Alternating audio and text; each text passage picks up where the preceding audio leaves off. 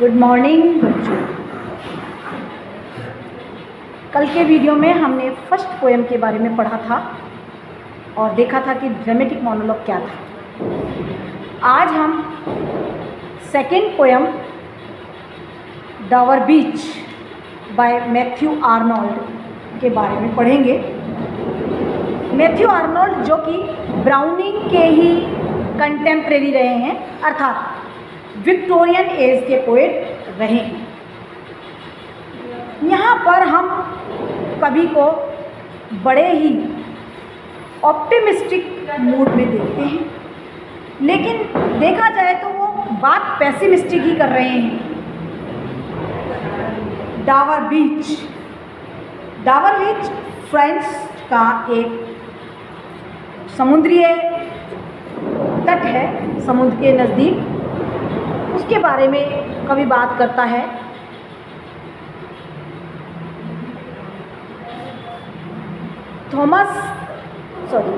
Matthew Arnold को यदि हम देखें तो एक कवि के रूप में हम उनकी जो विशेषताएं देखते हैं कविता के अंदर, तो कुछ विशिष्ट विशेषताएं उनकी निकल के आती हैं।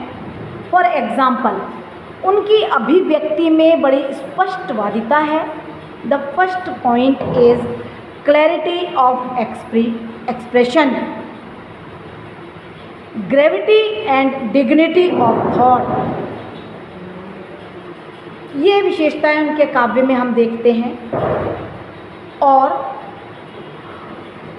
एक क्लासिकल सेंस है उनके अंदर, classical sense of proportion and harmony उनकी कविताओं में हमें दिखाई दे सकता है।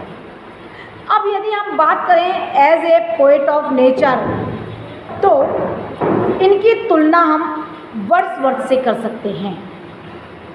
As a poet of nature, Arnold resembles Wordsworth.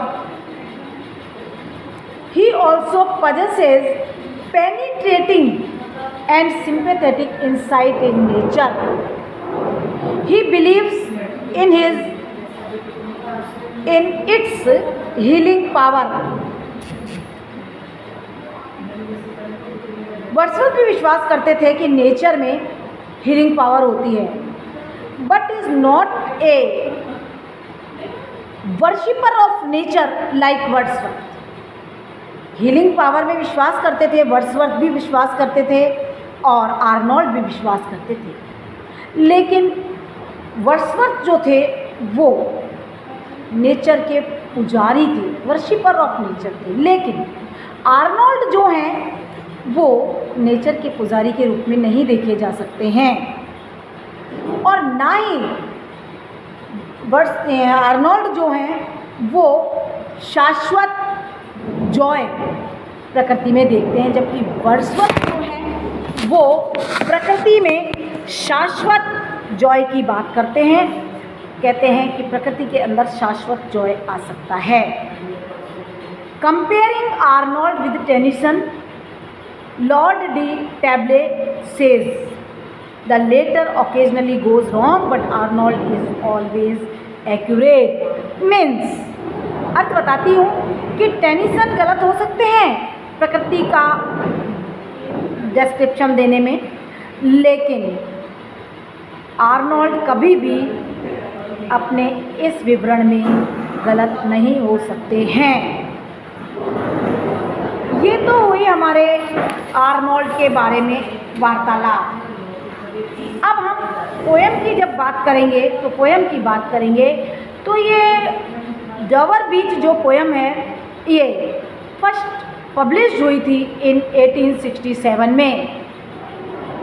यहाँ पर the poet has expressed pessimism. मैंने कहा था ना, वैसे तो वो ऑप्टिमिस्टिक हैं, लेकिन इस कविता में वो हमें पैसिमिज्म, निराशावाद की बात कर रहे हैं।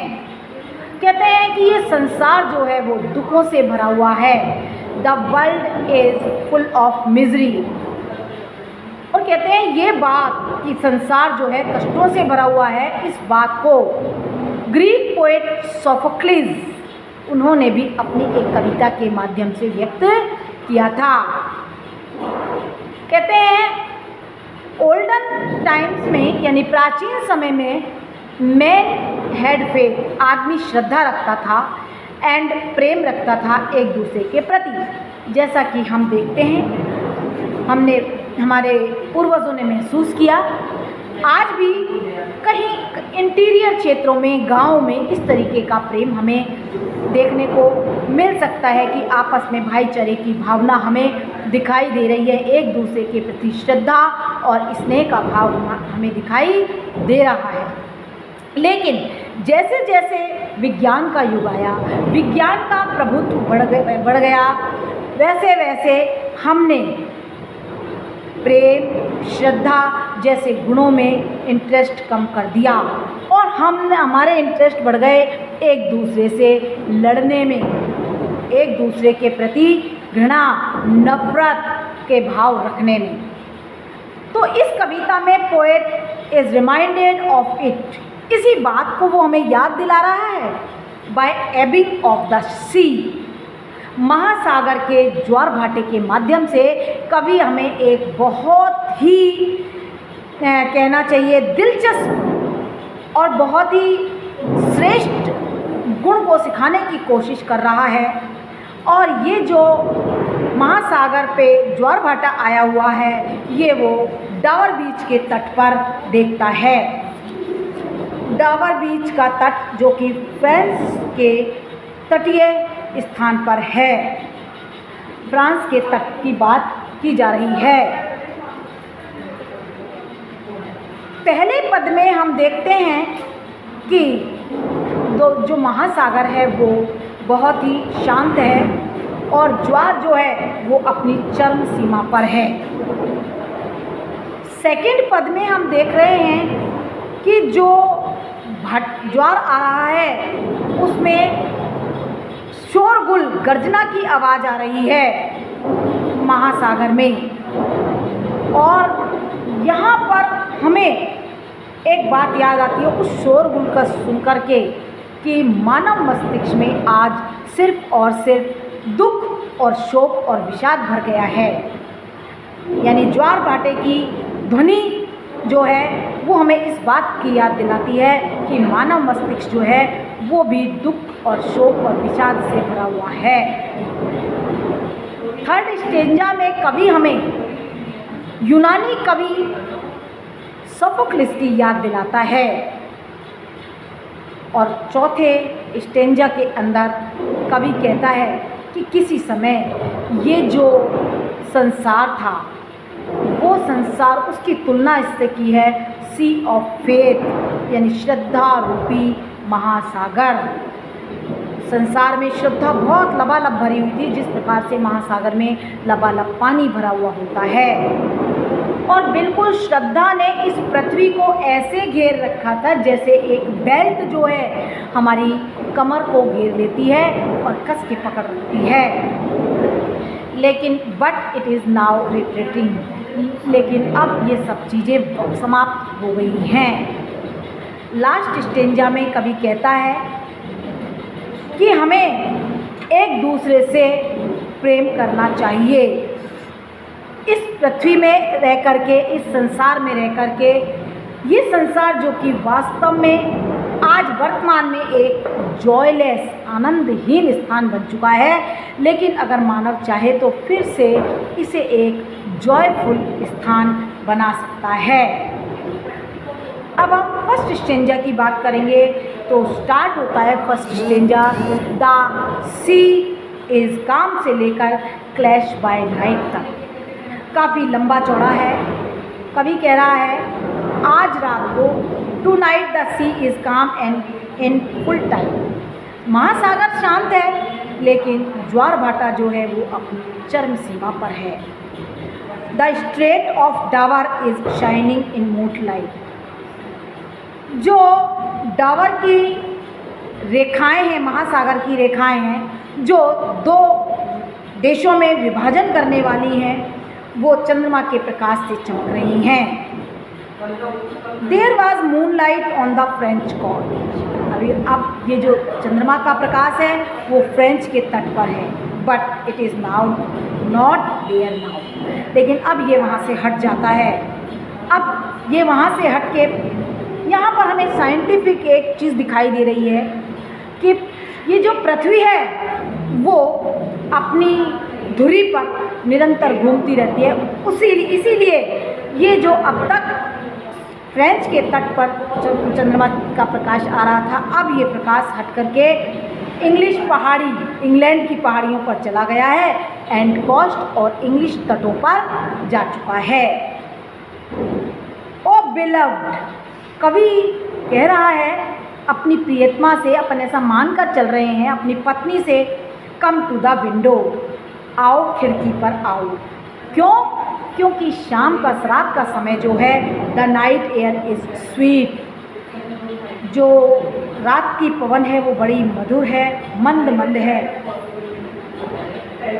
Small drops of sea water are falling upon the coast, महासागर के पानी की छोटी छोटी बूंदें हैं वो तट पर गिरती हुई दिखाई दे रही हैं, which is shining white in the moonlight, और वो चंद्रमा के प्रकाश में हमें एकदम चांदी के जैसी दिखाई दे रही हैं। लेकिन वहाँ पर जब हम देखेंगे तो हमें वहाँ पर रोरिंग साउंड ऑफ वेव्स, लहरों की गर्जना करती हुई ध्वनि सुनाई देती है। कब? जबकि वो वापस लौटती हैं, और जब वो वापस लौटती हैं जब वो आगे बढ़ती हैं, तब तो वो तट पर अपने साथ कंकड़ों को लाके उछालती हैं। As the sea tide comes again, जब दोबारा महासागर में ज्वार आता है, it is producing a sad musical sound, और ये जो ज्वार भाटा महासागर में आ रहा है, इससे महासागर में एक बहुत ही दुखद संगीत में ध्वनि महसूस हो रही है या सुनाई देती है। उसके बाद कवि कहता है, लॉन्ग अगो, सोफोक्लेस एक यूनानी दार्शनिक रहे हैं, उन्होंने भी heard such a roaring of the sea, उन्होंने भी महासागर के तट पर इस प्रकार की गर्जना भरी आवाज़ को सुना था। लेकिन उन्होंने इस ध्वनि को ग्रीक कोस्ट पर, यूनान के महासागर के तट पर सुना था, और डावर बीच पर यहाँ हमारे आर्नोल्ड इस ध्वनि को फील करते हैं। और उस बात से सोफोक्लिस जो थे, उन्होंने भी इस बात को उनके दिमाग में आई कि महासागर का ये जो राइज एंड फॉल है, ऐसे उसी तरीके से मानव मस्तिष्क भी जो है वो दुखों से भरा हुआ है, और मानव का जीवन सुख और दुख से भरा हुआ है। In this poem we are also reminded of human misery, हमें मानवीय दुखों के बारे में याद दिलाई जाती है। Hearing the same sound, इसी प्रकार की ध्वनि को सुनकर, at the coast of England, England के तट पर, फ्रांस के तट पर। नेक्स्ट कवि कहना चाहता है, the sea of religious faith, कि जो धार्मिक श्रद्धा रूपी महासागर था, was once at its height, चरम सीमा पर हुआ करता था, एंड सराउंडेड मैंस लाइफ, और उसने मानव के जीवन को घेर रखा था, like a folded bright belt, जैसे कि एक सुंदर चमकदार बेल्ट जो है कमर को कस लेती है, उसी प्रकार मानव का जीवन श्रद्धा से भरा हुआ था और उन्होंने उसको कस के रखा हुआ था। But this sea of faith is retreating down, लेकिन अब ये श्रद्धा रूपी जो महासागर है वो वापस लौट रहा है। द वास्ट चीयरलेस एंड नेकेड पेवल, और विशाल काय आनंदहीन, और ये जो कंकड़ हैं ऑफ द वर्ल्ड, संसार के, विद ए लॉन्ग सैड, बहुत दुखद के साथ विड्रोइंग रोड, वापस जब लौट रहे हैं तो गर्जना कर रहे हैं, दुखद गर्जना कर रहे हैं। I hear it in the beneath of the night wind, कवि कहता है कि मुझे ये ध्वनि जो है वो रात्रिकालीन वातावरण में सुनाई दे रही है। कवि प्रार्थना कर रहा है अपनी प्रियतमा से, ऐसा हम मानते हैं, और हमसे भी, ओ बिलव्ड, अरे प्रियतमा, let's be true to one another. इस संसार में हम एक दूसरे का साथ नहीं दे पा रहे हैं, तो कम से कम हम पति पत्नी तो एक दूसरे के साथ श्रद्धा से रह सकते हैं और एक दूसरे के प्रति सत्य का भाव रख सकते हैं। बिकॉज क्योंकि दिस वर्ल्ड, ये जो संसार है, दो सीम्स न्यू एंड ब्यूटीफुल, हमें बड़ा नया नया लगता है, सुंदर भी दिखाई देता है, like a land of dreams, जैसे ये कोई संसार एक स्वप्न हो। लेकिन देखा जाए तो हम यथार्थ जीवन में जी रहे हैं, लेकिन शुरू में हमें ये संसार बहुत ही सुंदर दिखाई देता है, लेकिन वास्तव में इस संसार में कोई खुशी, कोई प्रेम, कोई प्रकाश, कोई कृतज्ञता, कोई शांति और कोई मदद की भावना नहीं है एक दूसरे के प्रति। हम सिर्फ और सिर्फ दुखों में भरे हुए हैं। अब यहाँ पर वो कर रहा है और कवि कहता है कि this world is like a dark plain, एक अंधकारपूर्ण मैदान की भांति ये संसार में प्रतीत होता है, जहाँ की इग्नोरेंट आर्मी अर्थात अज्ञान मानव जो है लड़े जा रहा है एक दूसरे से और इधर उधर भाग रहा है उलझन में एंड फियर और भय में at the time of night, रात के समय। कभी रात के समय की बात क्यों कर रहा है?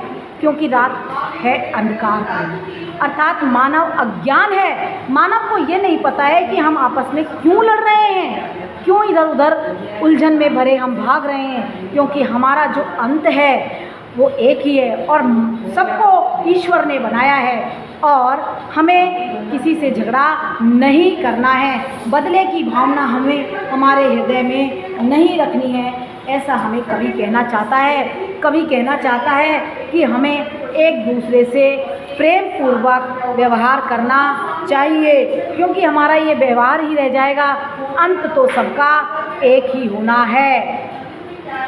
यहाँ पर हम कहेंगे जो कई चीज़ें आई हैं, कवि ने बहुत ज़्यादा मेटाफर का प्रयोग किया है। यहाँ पर कवि हमें निराशावादी दृष्टिकोण हमें कवि का दिखाया जा रहा है। कवि इंग्लैंड के कोस्ट की बात कर रहा है। अब हम बात करेंगे यहाँ पर कि naked singles of the world किस चीज़ का प्रतीक है, सिंबॉलिक। मैंने आपको बताया था सिंबल क्या होते हैं। तो ये naked singles of the world जो हैं, ये एक तरह से दिखावटी, जो हम दिखावटी धार्मिक कार्य कर रहे हैं, उनके प्रति कवि कह रहा है कि naked singles of the world. मैं समझती हूँ थोड़ा सा मोटे तौर पर ये पोयम आपको क्लियर हुई होगी। अब हम इसकी बात करेंगे कि इसके अंदर पूरा जो इसकी व्याख्या है उस व्याख्या की बात करते हैं।